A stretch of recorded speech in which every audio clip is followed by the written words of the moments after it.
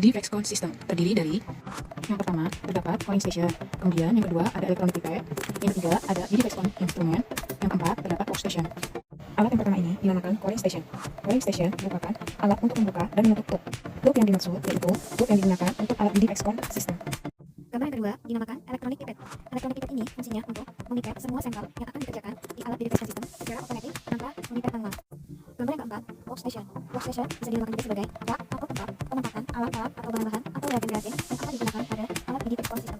Yang pertama ada fixative solution, yang kedua gas, yang ketiga cleaning tube, yang ketiga control tubes, yang keempat ada BD container tubes atau bisa dikatakan EDTA yang akan digunakan sebagai sampel mengerjakan di alat BD Vexcon System. Kemudian ada reagen tubes. Reagen tubes yaitu reagen yang seperti QC terdiri dari dry, flow, dan normal. Sedangkan gambar yang ini merupakan gambar BD Vexcon instrument yang terdiri dari pertama ada printer, kemudian front panel, kemudian fluid compartment door, kemudian ada sample holder, dan kemudian ada optic door. Gambar yang ini merupakan front panel. Front panel atau disebut juga layar depan dari BD Vexcon System. Front panel BD Vexcon System terdiri dari dua fluid screen button, flow drive, memory paper, on off switch atau power on off, kemudian ada fluid screen, function case, dan display screen. Di dalam alat BD Vexcon System terdapat master tag dan seat tag, dan juga terdapat seat filter input routing connector.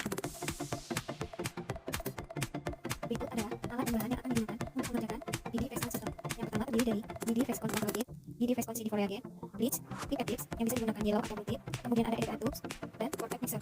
Gambar yang ini merupakan reagen tubes yang digunakan sebagai QC. QC-nya bisa terdiri dari low, medium, dan high.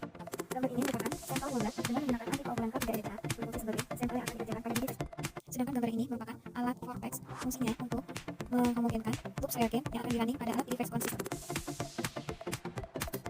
Cara kerja BD Vexcon System.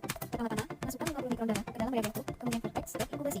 Kemudian, cara yang kedua, tambahkan 50 mikron cairan fixatif ke dalam sampel tube, kemudian vortex dan inkubasi. Yang ketiga, vortex dan jalankan proses analisis menggunakan BD Vexcon System. Berikut adalah gambar interpretasi hasil. Saat seperti di monitor.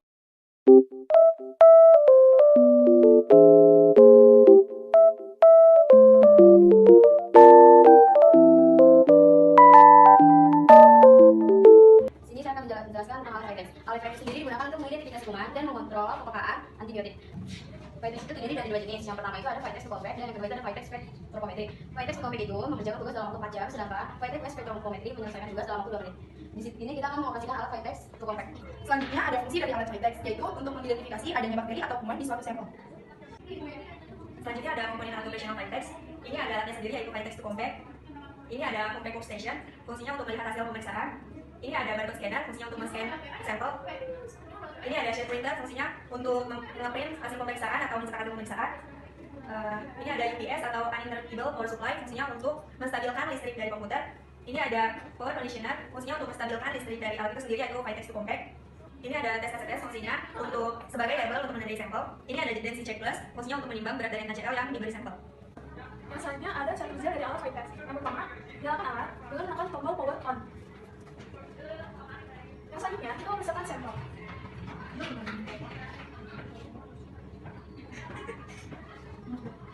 Masukkan larutan NaCl dalam tabung reaksi.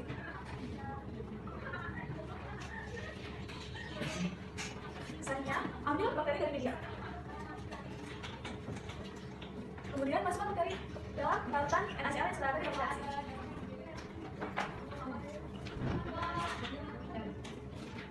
Kemudian beri label pada sampel untuk menghindar tertukarnya sampel.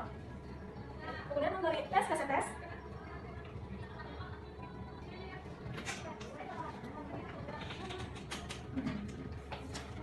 Selanjutnya bawa sampel kepada tempat Vitex.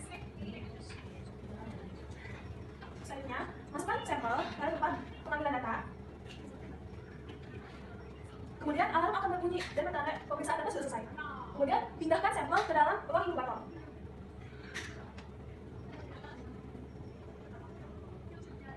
Setelah itu, hasil akan tampil di monitor dan akan terprint secara otomatis.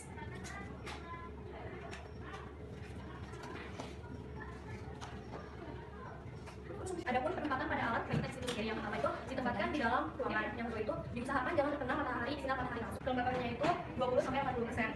Suhu ruangannya itu 15-30 derajat Celcius. Selanjutnya ada kalibrasi Vitex. Yang pertama melakukan serangan kartu dan scanning mekanisme serta pemanas yang mempertahankan kartu pada inkubasi yang diperlukan yaitu 35,5 derajat Celcius. Yang kedua suhu inkubasi secara otomatis diverifikasi selama inisiasi instrumen Vitex dan komputer. Yang ketiga yaitu hasil inkubasi, density check digital dan harus berada pada 0,10 dari standar yang digunakan untuk memvalidasi alat.